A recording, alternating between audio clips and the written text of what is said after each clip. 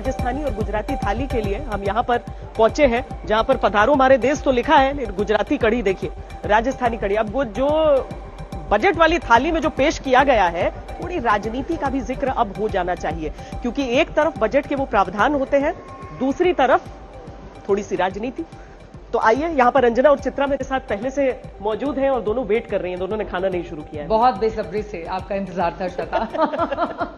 तो बात अब उस थालीनॉमिक्स की भी होगी जिसकी चर्चा पिछले दिनों हमने बहुत पिछले बजट में की थी, लेकिन बड़ी बात है, हमारे साथ आलोक जोशी जी जुड़ गए हैं, वरिष्ठ पत्रकार संजीव अहलूवालिया जी हमारे साथ जुड़ गए हैं पूरी चर्चा में। कुछ ही देर में संबित पात्रा और गौरव वल्लभ आ गए हमारे साथ। गौरव वल्लभ आ गए, पर वो माइक लगाकर आ रहे हैं। आइए प्रोफेसर साहब, आइए प्रोफेसर साहब, आकर इधर बैठ जाइए। तो गौरव वल्लभ जी कांग्रेस पार्टी की तरफ से मोर्चा संभालेंगे और डॉक्टर संबित पात्रा कुछ ही देर में आने वाले हैं आपका साथ देने के लिए। उससे आपके खाने का स्वाद बढ़ेगा या घटेगा प्रोफेसर साहब? देखिए, मेरा तो आज सोमवार का व्रत है, हाँ। तो उनको खाते देखूंगा और देश भी उन्हीं को खाते देख रहा है, मैं भी देख लूंगा। संतोष कर हम भी लीजिए। जिस तरह देश के नौजवान भूखे हो गए हैं हैं, जिस तरह देश के नौजवान भूखे हैं, मेरा तो व्रत है आज सोमवार का, मैं उनको देखूंगा। बड़ी परेशानियां जो आपको बजट में दिख रही हैं, ये अगर अच्छा है आपने एक प्राइवेट बिल्डिंग में और प्राइवेट रेस्टोरेंट में कर रहे हैं, वरना अगर सरकारी बिल्डिंग होती तो आज ये बिक जाती। तो यहाँ पे सारी चीजें बजट में, भले ही वो रेलवे लाइनें हो, भले ही वो डेडिकेटेड फ्रेट कॉरिडोर हो, बंदरगाह हो, भले ही वो बिजली की लाइनें हो, ऐसी एक चीज बताओ इस ब्रह्मांड में जिसको इस बजट में बेचने की बात नहीं। सवाल पूछूं, सामान्य ज्ञान का सवाल है, इस देश में विनिवेश कौन लेकर आया? विनिवेश की बात नहीं है, आप ये समझिए प्रोफेसर मैं बताता हूं ना आपको। क्वेश्चन पेपर में कुछ और लिखा है, जवाब कुछ और देंगे। जवाब नहीं, सवाल का जवाब दीजिए। मैं तो आपके सारे सवालों का जवाब दूंगा। आप ये समझिए कि ऐसा कौन सा बच्चा होता है जो अपने माता पिता पुरखों की संपत्तियां बेचता है? उसको हमारी संस्कृति में कहते हैं कुपात्र, उसको अच्छा पात्र नहीं मानते हैं। तो बताएंगे जो अपने माँ बाप की संपत्तियां बेचता है, पुरखों की संपत्ति से इसकी तुलना थोड़ा सा। श्वेता जी, जो अपने माँ ऐसे ही बाप, आपने एक तो आधी भूख मार दी है गौरव जी, आपने कागज साथ में रख दिया थाली के। अंजना सुबह 6 बजे से अंजना 7 बजे से एंकरिंग कर रही है।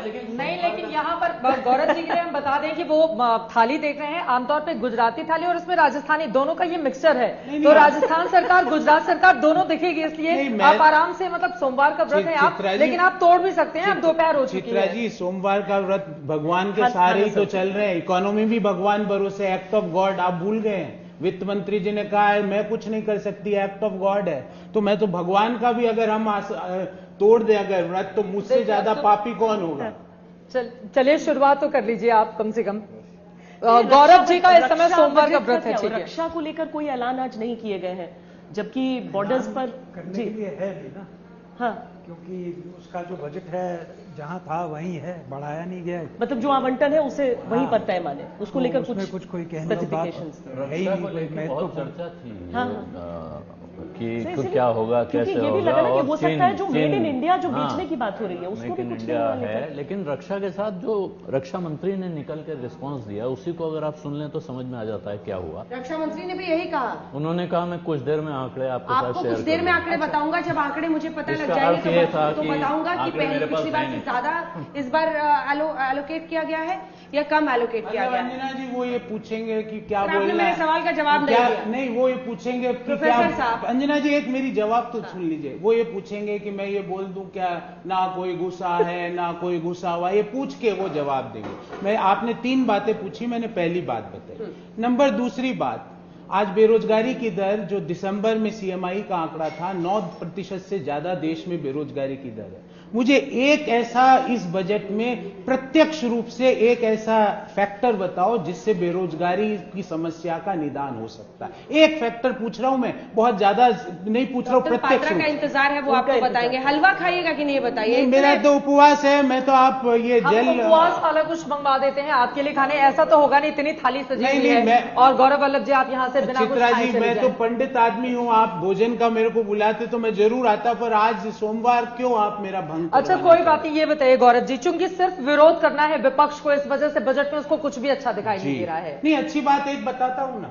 एक ही अच्छी बात बताता हूं, अच्छी बात भी बताता हूं, ऐसे नहीं, और टेक्निकल बात बता रहा हूं। जिस तरह सरकार ने कैपेक्स को बढ़ावा देने के लिए एलोकेशन किया है वो एक अच्छा कदम है। मैं तो अच्छी बात बता रहा हूं जो 25% बोला गया है कि हम कैपिटल एक्सपेंडिचर बनाएंगे, क्योंकि उससे अप्रत्यक्ष रूप से बेरोजगारी की समस्या का थोड़ा निदान होगा। मैं मान रहा हूं वो अच्छी बात है, हमने उसकी मांग भी की थी। आज सुबह बजट के पहले भी मैंने उस अपने ट्विटर हैंडल पे भी किया था कि कैपेक्स जो सरकारी स्पेंडिंग है उसको बढ़ाना चाहिए। पर बार बार एमएसएमई है, जैसे मान लो अंजना जी एमएसएमई, मुझे इतने एक्सपर्ट बैठे हैं, अर्थशास्त्री हैं, मैं आलोक जी का व्यक्तिगत रूप से प्रशंसक हूं। आलोक जी मुझे ये बताइए एमएसएमई के लिए क्या ठोस योजना थी, अनऑर्गेनाइज सेक्टर के लिए क्या ठोस योजना थी, प्रत्यक्ष रूप से बताइए। ये आप हाइपोथेटिकल आप बिल्कुल यहाँ पर ऐसा लग रहा है कि आग लगाने वाले हैं एकदम गुस्से से। नहीं, अच्छा है ना, वो चटनी सर्व कर रहे हैं, अचार सर्व कर रहे हैं, जल्दी थोड़ा सा छाछ हम लोगों के लिए सर्व की जा रही है। यहाँ पे बाकी खाना आप बैठे रहेंगे खाली थाली लेकर। वो व्रत है उनका,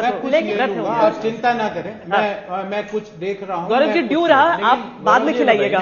ये जो टेक्सटाइल पार्क्स हैं और जो रियल एस्टेट के लिए अनाउंसमेंट हैं, जो अफोर्डेबल हाउसिंग के लिए कंसेशंस दिए गए हैं, इनसे आपको नहीं लगता है कि कोई लाभ होगा?